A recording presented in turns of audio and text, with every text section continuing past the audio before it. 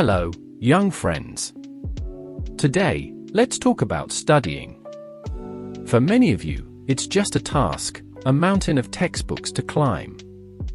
But what if I told you that studying could be something more, a pathway to calm, even to inner wisdom? Learning is not only about filling your mind with information, it's about nurturing it, much like a gardener tending to plants.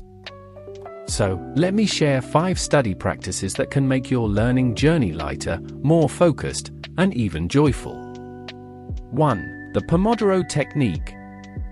Our first practice is known as the Pomodoro Technique. Think of your mind like a flame, bright and steady, but not endless.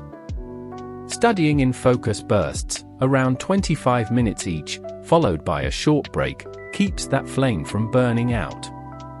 During those 25 minutes, put everything else aside and focus as if nothing else exists. In my monastery, we took moments of deep meditation, then allowed ourselves gentle movement, or sometimes, a simple cup of tea. This balance refreshed us. For your studies, try this rhythm. Set a timer, focus fully for 25 minutes, then stretch or take a breath. You'll find your mind feels more energized and clear. 2. Active recall.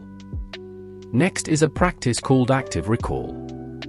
Picture your mind as a garden. Every new idea or fact is a seed you're planting. But simply reading isn't enough to make these seeds grow.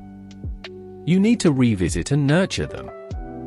Try closing your book and explaining what you've learned to yourself, as if you're teaching someone. Or ask yourself questions to see if you truly understand. In the monastery, we often shared what we learned through conversation. Each time we spoke the words, we anchored the knowledge deeper. When you actively recall what you've studied, you create a connection that goes beyond memory. It becomes a part of you. 3. Organized notes. Imagine walking through a beautiful, well-tended garden. Now, imagine one that's tangled and overgrown. Which would be easier to explore? Organized notes are like that clean, clear garden path. They help your mind follow along easily. Create headings, use colors, or make simple diagrams. When your notes are organized, so too is your mind. When I studied complex teachings, I would carefully write them out, almost like creating artwork. I'd add small symbols and sketches to make each note feel meaningful. Think of your notes as a personal map. Arrange them thoughtfully, and they will guide you whenever you need them. 4. Daily review. Learning is like watering a plant. You don't just pour water once and expect it to grow tall and strong. Each day, revisit what you've studied. This could be a quick glance at your notes or explaining what you learned to a friend. Just as a gardener tends to plants daily, daily review nurtures your knowledge, helping it grow stronger and deeper. Each evening, we monks would gather to discuss the day's teachings. This practice strengthened our understanding and filled us with gratitude. At the end of your day, take a few minutes to go over your notes. You'll be amazed at how much stays with you when you give knowledge a little daily attention. 5. Start with gratitude. And here's the final, perhaps most important practice. Begin with gratitude. Think of knowledge as a gift, a door that opens new worlds. Before you start studying, take a moment to feel grateful for the chance to learn. This small shift can transform studying from a burden into a blessing.